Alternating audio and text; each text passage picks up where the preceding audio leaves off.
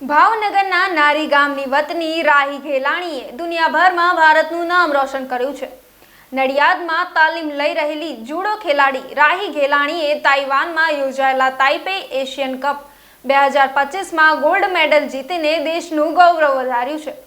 44 kilogram વર્ગમાં તેણે ફાઇનલમાં યજમાન દેશના ખેલાડીને હરાવીને આ સિદ્ધિ મેળવી। આ પહેલા તેણે તાશ્કંદમાં પણ ગોલ્ડ મેડલ જીત્યો હતો।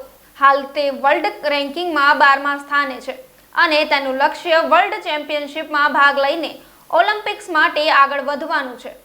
તેના કોચ વ્રજભૂષણ સિંહ રાજપૂત અને શીતલ શર્માની દેખરેખ હેઠળ એક ખાસ ટીમ તેની તાલીમનું ધ્યાન રાખી રહી છે। મારું નામ વ્રજભૂષણ રાજપૂત છે।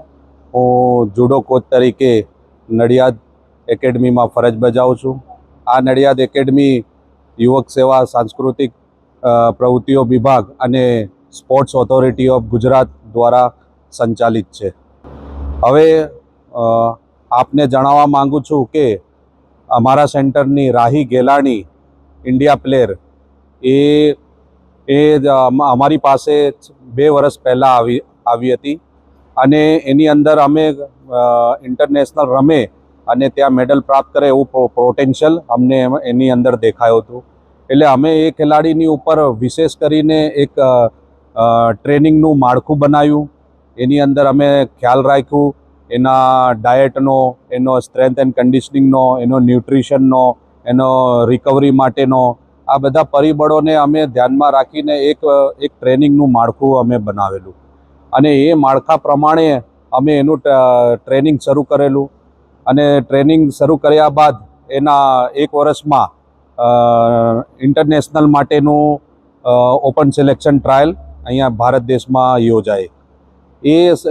એ સ્પર્ધામાં રાહી ઘેલાણીએ પોતાનું સર્વશ્રેષ્ઠ પ્રદર્શન કરી એની અંદર ઇન્ટરનેશનલ માટે એ સિલેક્શન થયો। એટલે અમને જ્યારે આ માહિતી મળી કે હવે પછી ઇન્ટરનેશનલની સ્પર્ધા ઉઝબેકિસ્તાનમાં અને તાઇપેમાં યોજાવાની છે તો એનું અમે એક કેલેન્ડર બનાવીને એ પ્રમાણેનું ફરીથી એનું ટ્રેનિંગ પેટર્ન અમે ચેન્જ કરીને એ ટ્રેનિંગ અમે એની શરૂઆત કરી દીધી। આ ટ્રેનિંગની અંદર મારી ટીમની સાથે હું વ્રજભૂષણ રાજપૂત અને મારી સાથે શીતલ શર્મા જુડો કોચ તથા સ્ટ્રેન્થ એન્ડ કન્ડિશનિંગ કોચ અને ન્યુટ્રિશન ફિઝિયોથેરાપિસ્ટ અને રિકવરી માટે અને સાયકોલોજિસ્ટ એ બધાની એક અમે ટીમ સમૂહ બનાવીને એનું ટ્રેનિંગ પ્લાન અમે શરૂ કરી અને એ ટ્રેનિંગ પ્લાનના આધારે એનું ખૂબ સરસ ટ્રેનિંગ થયો અને એનો પરિણામ અમને એવો મળ્યો કે એ જ્યારે